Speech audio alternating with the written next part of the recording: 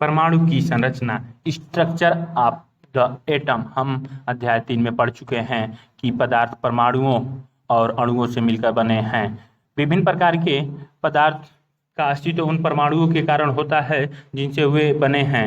अब प्रश्न उठता है कि किसी एक तत्व का परमाणु दूसरे तत्व के परमाणुओं से भिन्न क्यों होता है, और सेकंड, क्या परमाणु वास्तव में अविभाज्य होते हैं जैसा कि डाल्टन ने प्रतिपादित किया था, या परमाणुओं के भीतर छोटे अन्य घटक भी विद्यमान होते हैं। इन अध्यायों में हम इस प्रश्न का उत्तर मिलेगा। हम अपरमाणु परमाणु कणों और परमाणु के विभिन्न प्रकार के मॉडलों के बारे में पढ़ेंगे, जिनसे यह पता चलता है कि ये कण परमाणुओं के भीतर किस प्रकार व्यवस्थित होते हैं। 19वीं शताब्दी के समक्ष सबसे बड़ी चुनौती थी परमाणु की संरचना और उसके गुणों के बारे में पता लगाना। परमाणुओं की संरचना को अनेक प्रयोगों के आधार पर समझा गया। परमाणुओं के अविभाज्य न होने के संकेतों में से एक संकेत स्थिर विद्युत तथा विभिन्न पदार्थों द्वारा विद्युत चालन की परिस्थितियों के अध्ययन से मिला। पदार्थों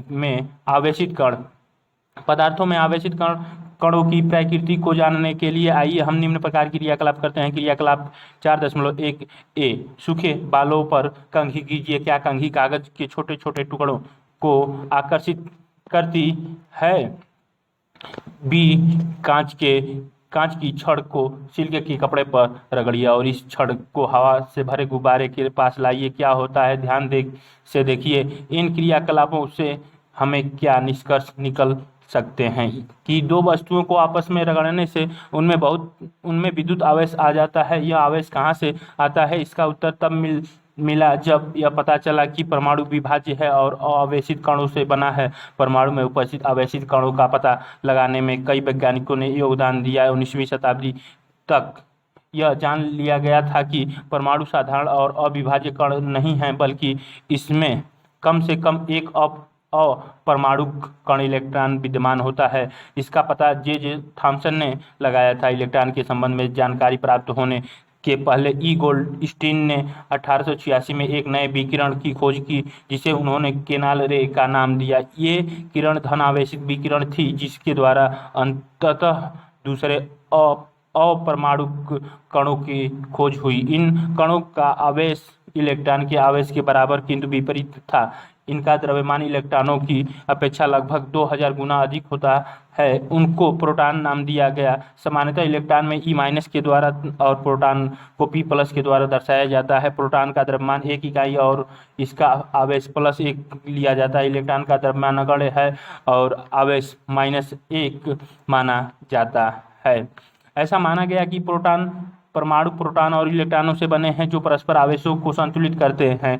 यह भी प्रतीत हुआ कि प्रोटॉन परमाणु के सबसे भीतर भाग में होते हैं। इलेक्ट्रॉनों को आसानी से निकाला जा सकता है, लेकिन प्रोटॉनों को नहीं। अब सबसे बड़ा प्रश्न यह था कि ये कण परमाणु की संरचना किस प्रकार करते हैं। हमें इस प्रश्न का उत्तर नीचे मिलेगा। प्रश्न, केनाल किरणें क्या हैं? यदि किसी परमाणु में एक इलेक्ट्रॉन और एक प्रोटॉन है तो इसमें कोई आवेश होगा या नहीं? परमाणु ने अध्याय 3 में डाल्टन के परमाणु सिद्धांत के बारे में पढ़ा है, जिसके अनुसार परमाणु अविभाज्य और अविनाशी था। लेकिन परमाणु के भीतर दो मूल कणों इलेक्ट्रॉन और प्रोटॉन की खोज ने डाल्टन के परमाणु सिद्धांत की इस धारणा को गलत साबित कर दिया। अब यह जानना आवश्यक था कि इलेक्ट्रॉन और प्रोटॉन परमाणु के भीतर किस तरह व्यवस्थित है। इसको समझने के लिए बहुत से वैज्ञानिकों ने भिन्न भिन्न प्रकार के मॉडलों को प्रस्तुत किया। जे थॉमसन पहले वैज्ञानिक थे जिन्होंने परमाणुओं की संरचना से संबंधित पहला मॉडल प्रस्तुत किया। थॉमसन का परमाणु मॉडल। थॉमसन ने परमाणुओं की संरचना से संबंधित एक मॉडल प्रस्तुत किया जो क्रिसमस केक की तरह था। उनके अनुसार परमाणु एक धन आवेशित गोला था जिसमें इलेक्ट्रॉन क्रिसमस केक में लगे सूखे मेवे की तरह थे। तरबूज का उदाहरण भी ले सकते हैं, जिसके अनुसार परमाणु में धन आवेश तरबूज के खाने वाले लाल भाग की तरह बिखरा है, जबकि इलेक्ट्रॉन धनावेशित गोले में तरबूज के बीज की भांति धंसे हैं। चित्र 4.1 में धनावेशित गोला और बीच में इलेक्ट्रॉन जो धंसे बीज की तरह। थॉमसन का परमाणु मॉडल। ब्रिटिश भौतिक शास्त्री जे थॉमसन ने 1856 से 1940 का चेस्टर के किचिम हिल क्षेत्र में हुआ था। इलेक्ट्रॉन की खोज के कारण 1906 में उनको भौतिक शास्त्र में नोबेल पुरस्कार मिला। 35 वर्ष तक वे कैम्ब्रिज में कैवेंडिश प्रयोगशाला के निर्देशक थे और अनेक शोध के साथ सहयोगियों को भी आगे चलकर नोबेल पुरस्कार मिला। थॉमसन ने प्रस्तावित किया कि परमाणु धन आवेशित गोले का बना होता है और इलेक्ट्रॉन उसमें धंसे होते हैं। ऋणात्मक और धनात्मक आवेश परिणाम में समान होते हैं, इसलिए परमाणु विद्युतीय रूप से उदासीन होते हैं। यद्यपि थॉमसन के मॉडल से परमाणु के उदासीन होने की व्याख्या हो गई, किंतु दूसरे वैज्ञानिकों द्वारा किए गए प्रयोगों के परिणामों को इस मॉडल के द्वारा समझाया नहीं जा सका, जैसा कि हम आगे देखेंगे। रदरफोर्ड परमाणु मॉडल। अर्नेस्ट रदरफोर्ड यह जानने के इच्छुक थे कि इलेक्ट्रॉन परमाणु के भीतर कैसे व्यवस्थित हैं। उन्होंने एक प्रयोग किया। इस प्रयोग में तेज गति से चल रहे अल्फा कणों को सोने की पन्नी पर टकराया गया। इन्होंने सोने की पन्नी इसलिए चुनी क्योंकि वे बहुत पतली परत चाहते थे। सोने की यह पन्नी 1000 परमाणुओं के बराबर मोटी थी। अल्फा कण द्विआवेशित हीलियम कण होते हैं, अतः ये धनावेशित होते हैं। चूंकि इनका द्रव्यमान 4u होता है, इसीलिए तीव्र गति से चल रहे इन अल्फा कणों में पर्याप्त ऊर्जा होती है। यह अनुमान था कि अल्फा कण सोने के परमाणु में विद्यमान अपरमाणुक कणों के द्वारा विक्षेपित होंगे। चूंकि अल्फा कण प्रोटॉन से बहुत अधिक भारी थे, इसीलिए उन्होंने इनके अधिक विक्षेपण की आशा नहीं की थी। सोने के परमाणु अल्फा कण वर्षा की तरफ बौछार किया गया सोने की परत द्वारा अल्फा कणों पर प्रकीर्णन। लेकिन अल्फा कण प्रकीर्णन प्रयोग ने आशा के बिल्कुल विपरीत परिणाम दिया। चित्र 4.2 में इससे निम्नलिखित परिणाम मिले। तेज गति से चल रहे अधिकतर अल्फा कण सोने की पन्नी से सीधे निकल गए और कुछ अल्फा कण पन्नी के द्वारा बहुत छोटे कोण से विक्षेपित हुए। आश्चर्यजनक रूप से प्रत्येक 12,000 कणों में से एक कण वापस आ गया। रदरफोर्ड के अनुसार यह परिणाम उसी प्रकार अविश्वसनीय था जैसे अगर आप एक 15 इंच के तोप के गोले को टिश्यू पेपर के टुकड़ों पर मारते हैं और वह लौटकर आपको ही चोट पहुंचाता है। रदरफोर्ड 1871 से 1937 का जन्म 30 अगस्त 1871 में स्प्रिंग ग्रोव में हुआ था। उनको नाभिकीय भौतिकी का जनक माना जाता है। रेडियोधर्मी पर अपने योगदान और सोने की पन्नी के द्वारा परमाणु के नाभिक की खोज के लिए वे बहुत प्रसिद्ध हुए। 1908 में उनको नोबेल पुरस्कार दिया गया। इस प्रयोग के निष्कर्ष को समझने के लिए खुले मैदान में एक क्रियाकलाप करते हैं। मान लें कि एक बच्चा अपनी आंखों को बंद किए हुए एक दीवार के सामने खड़ा है। उस दीवार पर कुछ दूरी से पत्थर फेंकने को कहें। प्रत्येक पत्थर के दीवार से टकराने के साथ ही वह एक आवाज़ सुनेगा। अगर वह इसे 10 बार दोहराए तो वह 10 बार आवाज़ सुनेगा। लेकिन जब आंख बंद किया हुआ बच्चा तार से घिरी हुई चारदीवारी पर पत्थर फेंकेगा तो अधिकतर पत्थर उस घेरे में नहीं टकराएंगे और कोई आवाज़ सुनाई नहीं पड़ेगी, क्योंकि घेरे के बीच में बहुत सारे खाली स्थान है जिनके बीच से पत्थर निकल जाता है। इस तर्क के अनुसार अल्फा कण प्रकीर्णन प्रयोग के आधार पर रदरफोर्ड ने निम्न परिणाम निकाले। परमाणु के भीतर का अधिकतर भाग खाली है क्योंकि अधिकतर अल्फा कण बिना विक्षेपित हुए सोने की पन्नी से बाहर निकल जाते हैं। बहुत कम कण अपने मार्ग से विक्षेपित होते हैं, जिससे यह ज्ञात होता है कि परमाणु में धनावेशित भाग बहुत कम है। बहुत कम अल्फा कण 180 पर विक्षेपित हुए थे, जिससे यह संकेत मिलता है कि सोने के परमाणु का पूर्ण धनावेशित भाग और द्रव्यमान परमाणु के भीतर बहुत कम आयतन में सीमित है। प्राप्त आंकड़ों के आधार पर उन्होंने यह निष्कर्ष निकाला कि नाभिक की त्रिज्या परमाणु की त्रिज्या से 10⁵ गुना छोटी होती है। अपने प्रयोग के आधार पर रदरफोर्ड ने परमाणु का नाभिकीय मॉडल प्रस्तुत किया, जिसके निम्नलिखित लक्षण थे। परमाणु का केंद्र धनावेशित होता है, जिसे नाभिक कहा जाता है। एक परमाणु का लगभग संपूर्ण द्रव्यमान नाभिक में होता है। इलेक्ट्रॉन नाभिक के चारों ओर वर्तुकाल यानी वृत्ताकार मार्ग में चक्कर लगाता है। नाभिक का आकार परमाणु के आकार की तुलना में काफी कम होता है। रदरफोर्ड के परमाणु मॉडल की कमियां: वृत्ताकार मार्ग में चक्रण करते हुए इलेक्ट्रॉन का अस्थायी हो पाना संभावित नहीं है।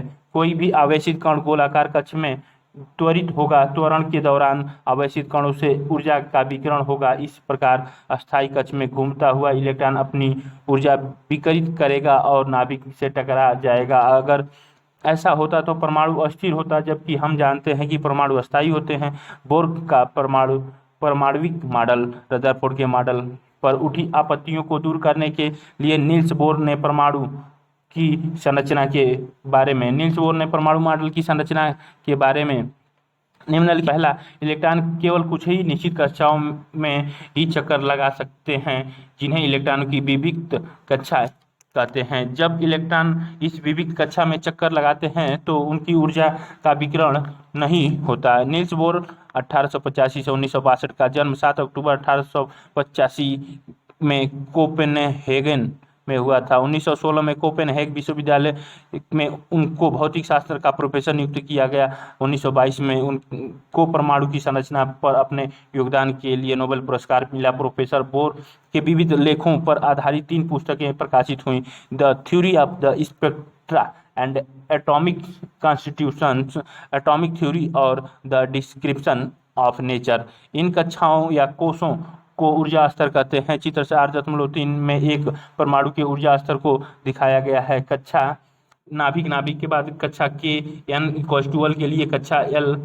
L के लिए n=2, कक्ष M के लिए n=3, कक्ष N के लिए n=4। किसी परमाणु में कुछ ऊर्जा स्तर, ये कक्षाएं या कोष के LMN या कोष संख्याओं को 1 2 3 4 के द्वारा दिखाई जाती हैं। प्रश्न, परमाणु उदासीन है, इस तथ्य को थॉम्सन के मॉडल के आधार पर स्पष्ट कीजिए। रदरफोर्ड के परमाणु मॉडल के अनुसार परमाणु के नाभिक में कौन सा अपरमाणुक कण विद्यमान है? 3 कक्षाओं वाले बोर के परमाणु मॉडल का चित्र बनाइए। क्या अल्फा कणों का परिकीर्ण प्रयोग सोने के अतिरिक्त दूसरे धातु के पन्नी से संभव होगा? न्यूट्रॉन। 1925 में जे चैडविक ने एक और अपरमाणुक कण की खोज निकाला जो अनावेशित और द्रव्यमान में प्रोटॉन के बराबर था। अंततः इसका नाम न्यूट्रॉन पड़ा। हाइड्रोजन को छोड़कर ये सभी परमाणुओं के नाभिक में होते हैं। सामान्यतः न्यूट्रॉन को n से दर्शाया जाता है। परमाणु का द्रव्यमान नाभिक में उपस्थित प्रोटॉन और न्यूट्रॉन के द्रव्यमान के योग के द्वारा प्रकट किया जाता है। हाइड्रोजन के लिए दिखाया गया 1 बिंदु, लिथियम के लिए 4, बेरिलियम के लिए 5, बोरान के लिए 6, कार्बन के लिए 1 नाभिक और उसके बाहर कुल 6 दिखाए गए हैं। सोडियम के लिए 1 नाभिक और उसके बाहर 11, मैग्नीशियम के लिए उसके 1 नाभिक और उसके बाहर 12, एल्युमिनियम के लिए 1 नाभिक उसके बाहर 13, सिलिकॉन के लिए 1 नाभिक उसके बाहर 14, इसी तरह फास्फोरस के लिए 1 नाभिक उसके बाहर 15, सल्फर के लिए 1 नाभिक और उसके बाहर 16, क्लोरीन के लिए 1 नाभिक उसके बाहर 17, इसी तरह आर्गन नाभिक उसके बाहर 18, नियान के लिए 1 नाभिक और उसके बाहर 10, फ्लोरीन के लिए 1 और उसके नाभिक के बाहर कुल 9, ऑक्सीजन के लिए 1 नाभिक उसके बाहर 8, नाइट्रोजन के लिए 1 नाभिक उसके बाहर 6, इसी तरह कार्बन 1 और उसके बाहर 4। इसी पहले 18 तत्वों के परमाणु संरचना की व्यवस्था चित्र 4.4 में दिखाई गई है। प्रश्न, परमाणु 3 अपरमाणु कणों के नाम लिखिए। हीलियम का परमाणु द्रव्यमान 4u और इसके नाभिक में 2 प्रोटॉन होते हैं। इसमें कितने न्यूट्रॉन होंगे? विभिन्न कक्षाओं में इलेक्ट्रॉन कैसे वितरित होते हैं? परमाणुओं की विभिन्न कक्षाओं में इलेक्ट्रॉनों के वितरण के लिए बोर और बरी ने कुछ नियम प्रस्तुत किए। बोर बरी स्कीम के नाम से जाना जाता है। इन नियमों के अनुसार किसी कक्षा में उपस्थित अधिकतम इलेक्ट्रॉनों की संख्या का सूत्र 2n² से दर्शाया जाता है, जहां n कक्षा की संख्या या ऊर्जा स्तर है। इसीलिए इलेक्ट्रॉनों की अधिकतम संख्या पहले कक्ष के या के कोष में होगी 2 × 1 का स्क्वायर बराबर 2 कक्ष, दूसरे कक्ष या L कोष में होगी 8, तीसरे कक्ष या M कोष में होगी 18, चौथे कक्ष या N कोष में होगी 32। इस तरह उपस्थित इलेक्ट्रॉनों को दिखाया गया कि कक्ष में कितने उपलब्ध होंगे। सबसे बाहरी कोष में इलेक्ट्रॉनों की अधिकतम संख्या। किसी परमाणु के दिए गए कोषों में इलेक्ट्रॉन तब तक स्थान नहीं लेते जब तक कि उससे पहले वाले भी कक्षा पूर्ण रूप से भर नहीं जाते। इससे स्पष्ट होता है कि कक्षाएं क्रमानुसार भरती हैं। पहले 18 तत्वों में परमाणु संरचना के व्यवस्था चित्र 4.4 में दिखाया गया है। क्रियाकलाप 4.4 अस्थायी परमाणुक मॉडल तैयार करें तथा पहले 18 तत्वों के इलेक्ट्रॉनिक विन्यास को दिखाए। पहले 18 तत्वों के परमाणुओं की संयोजन सारणी 4.1 में दी गई है। प्रश्न, कार्बन और सोडियम के एक परमाणुओं के लिए इलेक्ट्रॉन वितरण लिखिए। अगर किसी परमाणु का K और L कोष भरा है तो उस परमाणु में इलेक्ट्रॉनों की संख्या क्या होगी? संयोजकता हम पढ़ चुके हैं कि परमाणुओं की विभिन्न कक्षाओं या कोषों में इलेक्ट्रॉनों किस प्रकार व्यवस्थित होते हैं। किसी परमाणु की सबसे बाहरी कक्ष में उपस्थित इलेक्ट्रॉनों की संयोजकता इलेक्ट्रॉन कहा जाता है। बोर-बरी स्कीम में हम जानते हैं कि किसी परमाणु का बाह्यतम कक्ष अधिकतम 8 इलेक्ट्रॉन रख सकता है। यह देखा गया था कि जिन तत्वों के परमाणुओं के बाह्यतम कक्ष पूर्ण रूप से इलेक्ट्रॉनों 8 से भरे होते हैं वे रासायनिक रूप से सक्रिय नहीं होते। दूसरे शब्द में ऐसे तत्वों की संयोजन शक्ति या संयोजकता शून्य होती है। अन्य अक्रिय तत्वों में से हीलियम परमाणु के बाह्यतम कक्ष में 2 इलेक्ट्रॉन होते हैं और अन्य में 8 होते हैं। सक्रिय तत्वों के परमाणुओं की संयोजकता शक्ति अर्थात अपने सामने या अन्य किसी तत्व के परमाणुओं से मिलकर अणु बनाने की प्रवृत्ति अपने बाह्यतम कक्ष को पूर्ण रूप से भरने का प्रयास माना जाता है। 8 इलेक्ट्रॉन वाले सबसे बाहरी बाह्यतम कक्ष को अष्टक माना जाता है। परमाणु अपने अंतिम कक्ष में अष्टक प्राप्त करने के लिए क्रिया करते हैं। यह आपस में इलेक्ट्रॉनों की साझेदारी करने, उनको ग्रहण करने या उनका त्याग करने से होता है। परमाणुओं के बाह्यतम कक्षा में इलेक्ट्रॉनों के अष्टक बनाने के लिए जितनी संख्या में इलेक्ट्रॉनों की साझेदारी या हस्तांतरण होता है वही उस तत्व की संयोजकता शक्ति अर्थात संयोजकता होती है, जिसकी चर्चा पिछले अध्याय में की गई है। उदाहरण के लिए हाइड्रोजन, लिथियम या सोडियम, प्रत्येक के परमाणु के बाह्यतम कक्षा में एक इलेक्ट्रॉन होता है, अतः यह एक इलेक्ट्रॉन का त्याग कर सकता है, इसीलिए उनकी संयोजकता 1 कही जाती है। क्या आप बता सकते हैं कि मैग्नीशियम और एल्युमिनियम की संयोजकता क्या?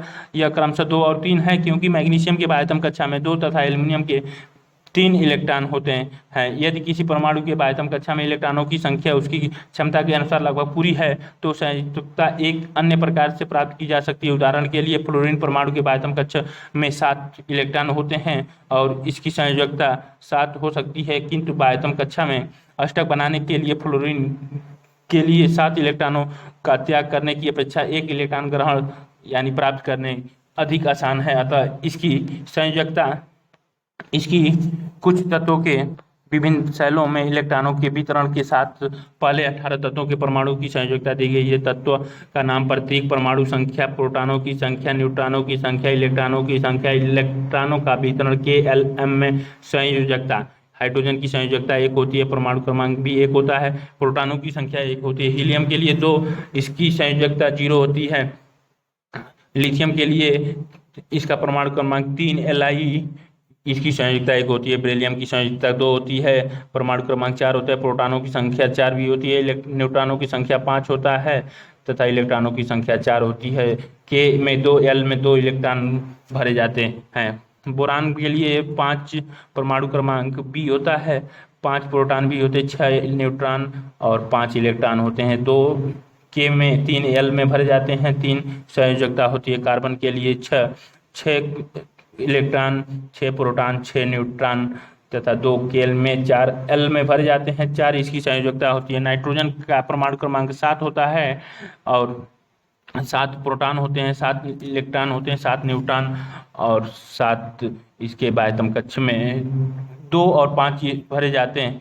इलेक्ट्रॉन, न्यूट्रॉन और प्रोटॉन और परमाणु संख्या इसकी 7 तीनों बराबर होती है और 2, 5, 3 भरी जाती है। ऑक्सीजन के लिए O 8, 8, 8, 8, 2, 6 और 2 संयोजकता होती है। फ्लोरीन के लिए 9, इसका परमाणु क्रमांक 9, प्रोटॉन 10 न्यूट्रॉन 9 इलेक्ट्रॉन 2, 7 1 भरी जाती है। नियान के लिए 10, 10, 10, 10, 2, 8 और 0 संयोजकता होती है। सोडियम के लिए 11 इलेक्ट्रॉन, प्रोटॉन भी 11, न्यूट्रॉन 12 होती हैं। 2, 8, 1 होता है, इसकी संयोजकता 1 होती है।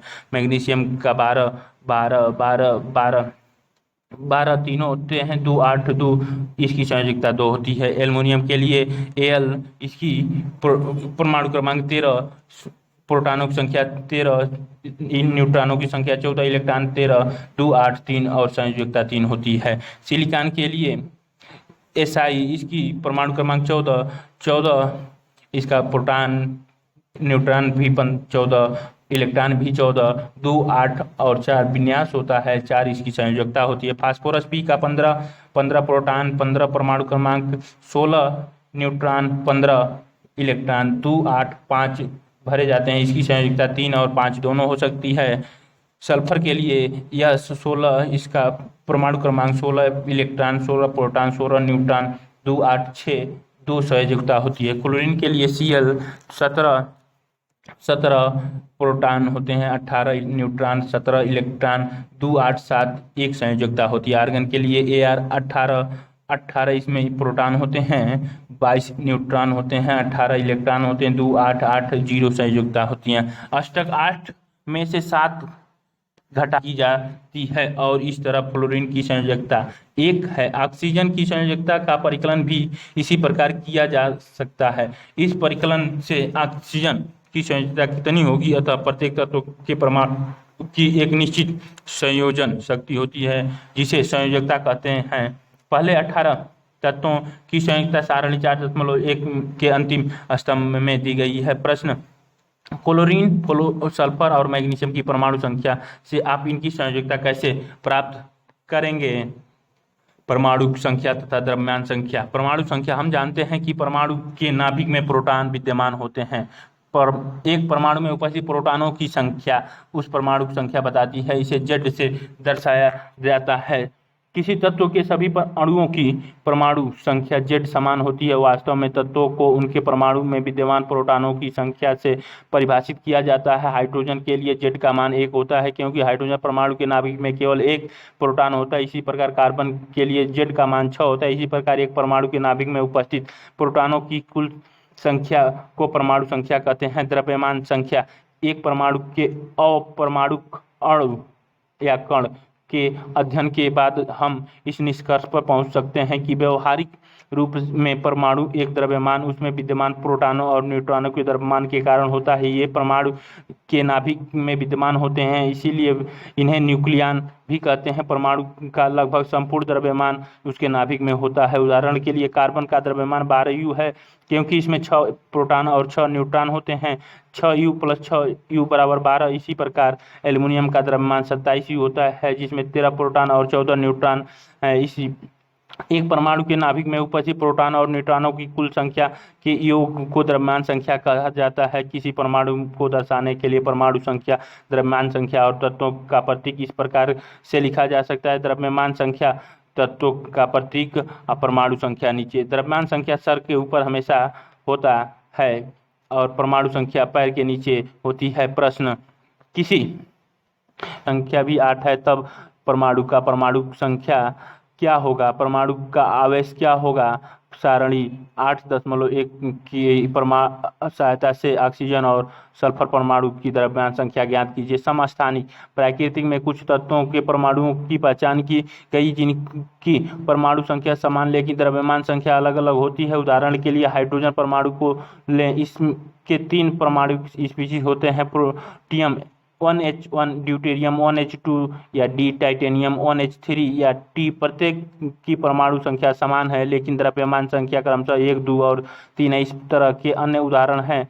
एक कार्बन के लिए C612 और 6C14 और क्लोरीन के लिए C17 Cl35 और 17 Cl37 हैं। इन उदाहरणों के आधार पर समस्थानिकों को इस प्रकार परिभाषित किया जा सकता है। एक ही तत्व के परमाणु जिनकी परमाणु संख्या समान लेकिन द्रव्यमान संख्या भिन्न होती है। इस तरह हम कह सकते हैं कि हाइड्रोजन परमाणु के 3 समस्थानिक प्रोटियम, ड्यूटेरियम और टाइटेनियम होते हैं। बहुत से तत्वों में समस्थानिक का मिश्रण भी होता है। किसी तत्व का प्रत्येक समस्थानिक शुद्ध पदार्थ शुद्ध पदार्थ होता है। समस्थानिकों के रासायनिक गुण समान लेकिन भौतिक गुण अलग अलग होते हैं। प्राकृतिक में क्लोरीन 2 समस्थानिक रूप में पाया जाता है जिसका द्रव्यमान 35 U और 37 U है, जो 3 संबंध 1 के अनुपात में होते हैं। अब यह प्रश्न उठता है कि किसी द्रव्यमान में क्लोरीन परमाणु का द्रव्यमान मानना चाहिए। आइए इसका पता लगाएं। क्लोरीन का औसत परमाणु द्रव्यमान होगा 35 × 75 divided by 100 plus 37 × 25 divided by 100 अर्थात 105/4 प्लस 37/4 बराबर 142/4 यानी 35.5 U। किसी प्राकृतिक तत्व के एक परमाणु का द्रव्यमान उस तत्व में विद्यमान सभी प्राकृतिक रूप से पाए जाने वाले परमाणुओं के औसत द्रव्यमान के बराबर होता है। अगर किसी एक तत्व का कोई समस्थानिक नहीं है तो परमाणु का द्रव्यमान उसमें उपस्थित प्रोटॉन और न्यूट्रॉनों के द्रव्यमान का योग होता है। लेकिन अगर एक तत्व समस्थानिक रूप में उपस्थित होता है तो हम प्रत्येक समस्थानिक रूप का प्रतिशत जानना होगा और औसत द्रव्यमान की गणना करनी होगी। इसका मतलब यह नहीं है कि क्लोरीन के परमाणु का द्रव्यमान एक भिन्नात्मक संख्या 35.5 U है। इसका तात्पर्य यह हुआ कि अगर आप क्लोरीन की कुछ मात्रा लेते हैं तो इसमें क्लोरीन के समस्थानिक होंगे और औसत द्रव्यमान 35.5 U होगा। समस्थानिक के अनुप्रयोग। कुछ समस्थानिक के विशेष गुण होते हैं जिनका उपयोग हम विभिन्न क्षेत्रों में करते हैं। उनमें से कुछ निम्नलिखित हैं। यूरेनियम के एक समस्थानिक का उपयोग परमाणु भट्टी एटॉमिक रिएक्टर में ईंधन के रूप में होता है। कैंसर के उपचार में कोबाल्ट के समस्थानिक का उपयोग होता है। घेंघा रोग के इलाज में आयोडीन के समस्थानिक का उपयोग होता है। समभारिक 2 तत्वों कैल्शियम परमाणु संख्या 20 और आर्गन परमाणु संख्या 18 के बारे में विचार कीजिए। परमाणुओं में प्रोटॉन की संख्या भिन्न भिन्न होती है। दोनों तत्वों की द्रव्यमान संख्या 40 है, यानी तत्वों के इस जोड़े के अणुओं में कुल न्यूक्लियनों की संख्या समान है। अलग अलग परमाणु संख्या वाले तत्वों को जिनकी द्रव्यमान संख्या समान होती है समभारिक कहा जाता है। प्रश्न चिन्ह H, D और T के लिए प्रत्येक में पाए जाने वाले 3 परमाणु कणों को सारणीबद्ध कीजिए। समस्थानिक और समभारिक के किसी एक युग्म का इलेक्ट्रॉनिक विन्यास लिखिए। क्या आपने सीखा? इलेक्ट्रॉन और प्रोटॉन की खोज क्रमशः जे थॉम्सन और E गोल्डस्टीन ने की। जे थॉम्सन ने यह प्रस्तावित किया था कि इलेक्ट्रॉन धनात्मक गोले में धंसे होते हैं। रदरफोर्ड के अल्फा कणों के प्रकीर्णन प्रयोग ने परमाणु केंद्रक की खोज की। रदरफोर्ड के परमाणु मॉडल ने प्रस्तावित किया कि परमाणु के अंदर बहुत छोटा केंद्रक होता है और इलेक्ट्रॉन केंद्रक के चारों ओर घूमते हैं। परमाणु की स्थिरता की इस मॉडल से व्याख्या नहीं की जा सकती। नील बोर द्वारा दिया गया परमाणु